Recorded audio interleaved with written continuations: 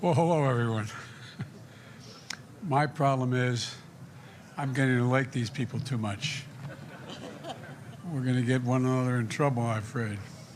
Today, the leaders on this stage are joining together to make it's an overused phrase in international relations and public life, to make a historic commitment, because it is a historic commitment we're about to make.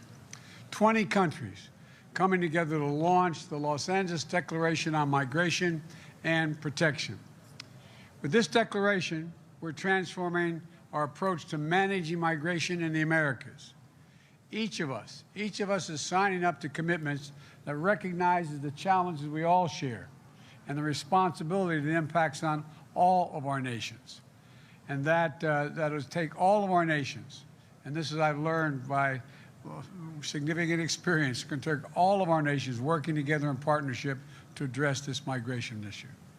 The past few years, the global economic crisis triggered by COVID-19 pandemic is now made worse by Russia's war in Ukraine and the political turmoil from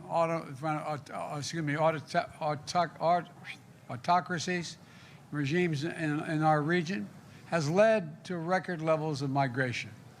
Not just to the United States, Colombia has hosted millions of refugees from Venezuela. Right now, migrants make up as much as 10% of the population of Costa Rica. And no nation should bear this responsibility alone, in my view, our view. The economic futures depend on one another. Each of our futures depend on one another.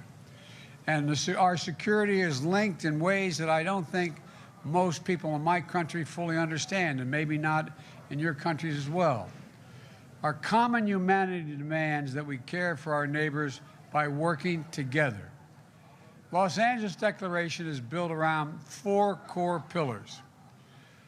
First, stability and assistance, making sure communities that are welcoming refugees can afford to care for them, to educate them in their education, medical care, shelter, and job opportunities.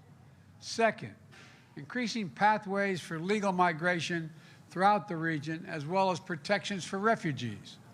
Third, working together to implement a more humane and coordinated border management systems. And finally, making sure we're working together to respond to emergencies. You know, we know that safe, orderly, and legal migration is good for all our economies. But we need to halt the dangerous and unlawful ways people are migrating, in the dangerous ways. Unlawful migration is not acceptable, and we'll secure our borders, including through innovative, coordinated actions with our regional partners. Working these efforts simultaneously, though, humane policies that secure borders and support people representing groundbreaking integrated new approaches. It addresses the needs of vulnerable migrants and the needs of countries hosting those migrants. That's why it has the support of the United Nations High Commissioner on Refugees and the International Organization for Migration.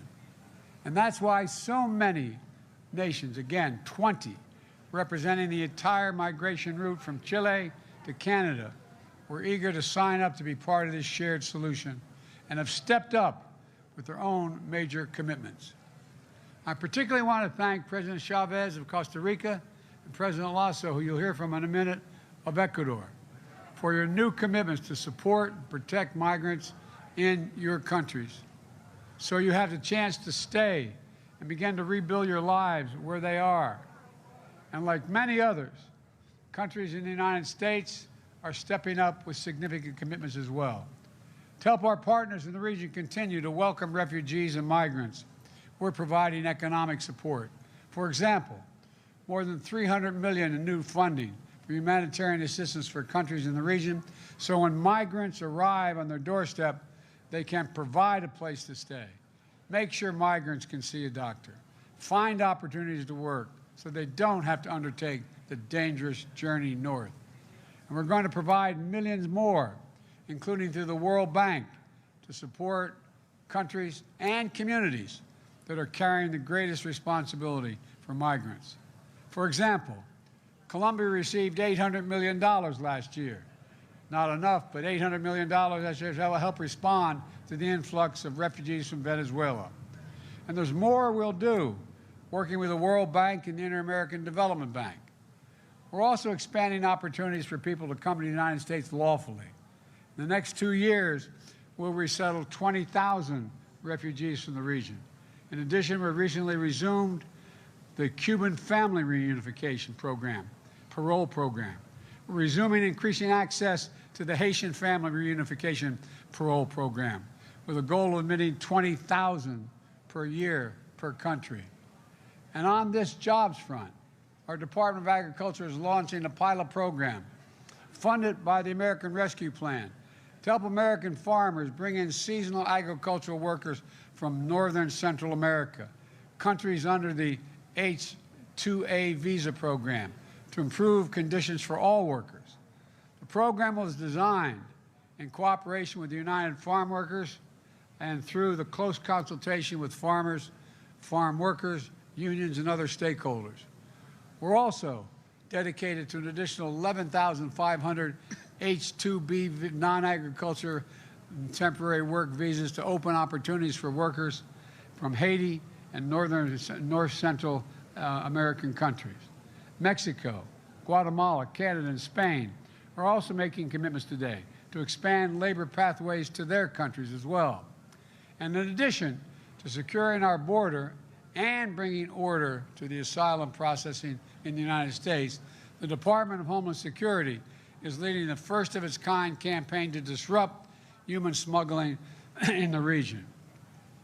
If you prey on desperate and vulnerable migrants for profit, we are coming for you. We are coming after you. In the first 2 months of our anti-smuggling campaign, the United States has worked with our partner nations to raid stash houses, impound vehicles, use for smuggling operations, and we made more than 1,800 arrests. And as we speak, Mexico and the United States are conducting what is known as mirror patrols, joint operations to interdict criminals attempting to illegally move drugs and migrants across our borders. This is just a start. There's much more work remains, to state the obvious.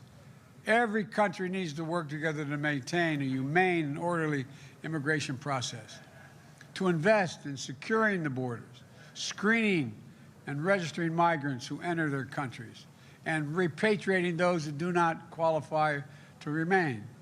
I hope more countries will see the potential for joining the Los Angeles Declaration. And I want to thank all of my fellow leaders on this stage for committing to this historic new vision for our region. And now I'd like to invite President Lasso of Ecuador to say a few words. And thank you all very, very much for your patience.